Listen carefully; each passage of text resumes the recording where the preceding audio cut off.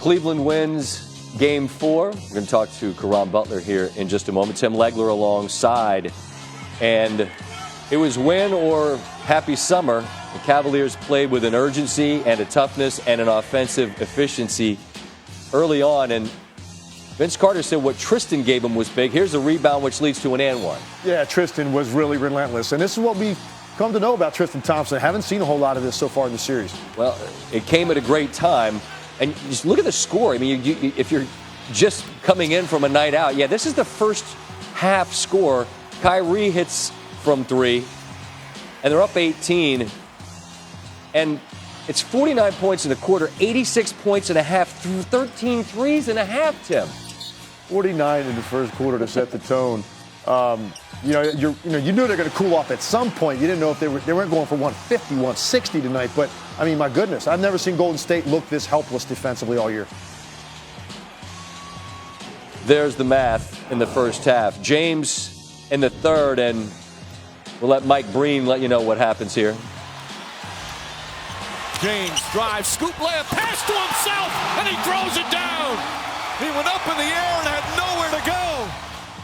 Yeah, that's where we started our show. I remember Adrian Branch from DeMatha High back in the day did that in the game. It wasn't the NBA Finals. What's up, family? He and Steve Kerr enjoying a laugh. And then again, this was the night they set a record for threes. It only took them 3 quarters to hit 20. Yeah, this is how LeBron's been shooting the ball in the postseason from the three-point line. It's comfortable. Wasn't as comfortable earlier in the series, but tonight, once again, he looked like he had no doubt, no hesitation. But this Golden State team, man, they crept back within 11. And Cleveland answered every time. I kept saying, if they can get this to single digits, exactly. I have a feeling that Cleveland's going to start to feel the anxiety. But every time they got it to 10, 11, 12, they'd hit a couple of threes, or Kyrie would do something like that. I mean, this guy has added this left-handed floater to his game. It seems like he's hitting 1 or 2 of these a night. Well, the best handle in the game. And here, got caught in that ISO with Clay the other night. Settled for the 3 there. You see him take it to the rim, and then he cracked open a 40 in a finals game again, and they win by 21. And LeBron James does his part.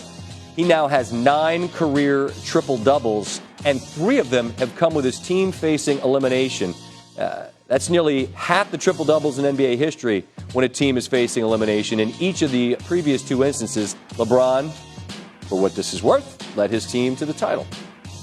Caron Butler joins us now, a man known as Tough Juice, and Cleveland brought the toughness. We've heard that theme throughout. What did you identify from the idea and the tone that they brought with them from early on? Just from the tip, I thought they did a great job of just mucking up the game. They had a physical approach. I think every man had all hands on deck. And, I thought it didn't have a drop-off with the second group that came out there. Amon Shumpert had a different type of disposition to himself as well. So they had a physical type of approach on the defensive end, a very aggressive approach on the offensive end. You saw Kyrie going downhill in every possible situation in the first half and also the second half. So it was amazing to see. Caron, I'm sitting next to a great shooter in Tim Legler. You could shoot it yourself. What explains a night like this when a team's got 23s made through 3 quarters and ends up with 24? Where does it come from? And I think it comes from a sense of desperation.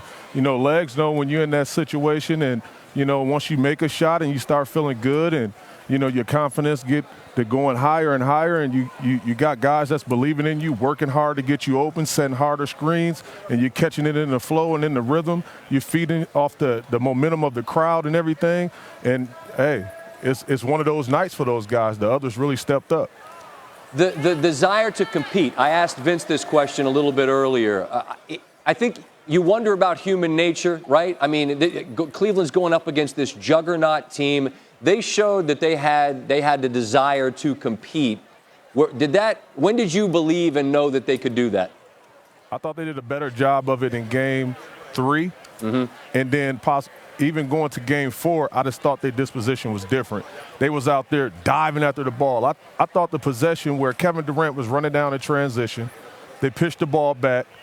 He was ready to shoot the ball. Richard Jefferson body dove to block the shot. You know what I'm saying? Like, right. That was just like a game changer for me. Dove on the floor, and that was just like, you know what? You got a 40-year-old man out there. I don't know if he's 40 yet, but almost 40-year-old man out there diving on the floor, sacrificing his body. Yeah. And it has got the whole crowd into it, and I just thought they just fed off that momentum. All right. Vince wouldn't answer because he's still in the league and he don't want to be on the refs bad list. So I'll ask you because you're not playing. The role the referees played in this game, Karan, was what? Oh wow! I thought they created a lot of controversial calls, just to say the least. They disturbed the momentum of the game a couple times, and definitely when the Draymond Green situation. You look at that call in that possession where he was called for a technical foul in the first quarter, I believe. And then you fast forward to the second half in the third quarter, it was a call in which they didn't know if they wanted to give him the technical call. They didn't know if they want to call Steve Kerr or give the tech to the bench. It was just like a mixed confusion. Right. And LeBron said, run that thing back, because he wanted the crowd to get involved and see that. And I think at that particular time, that's when the altercation happened with the fan in the crowd and the chopping started happening. And you even saw a fan get thrown out. So it was all hands, all feet on deck here in Cleveland, and they was able to get the win. Can they take it with them on the road? The desperation, the energy, the attitude, can Cleveland bottle it up and take it with them on the plane out west?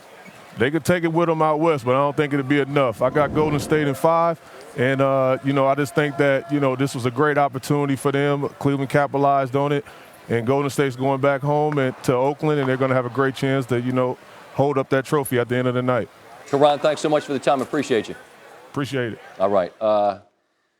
We were talking about Draymond earlier as well. There are times that he seems like he's got things under control, and he's talked about it, he's learned, he's grown, he's this and that. And then there are times, like tonight, where it seems like every whistle draws a reaction. Am I right? Yeah, but I think that's him all the time. I mean, I made a joke to somebody tonight. He makes Kevin Garnett and Gary Payton look like Tibetan monks.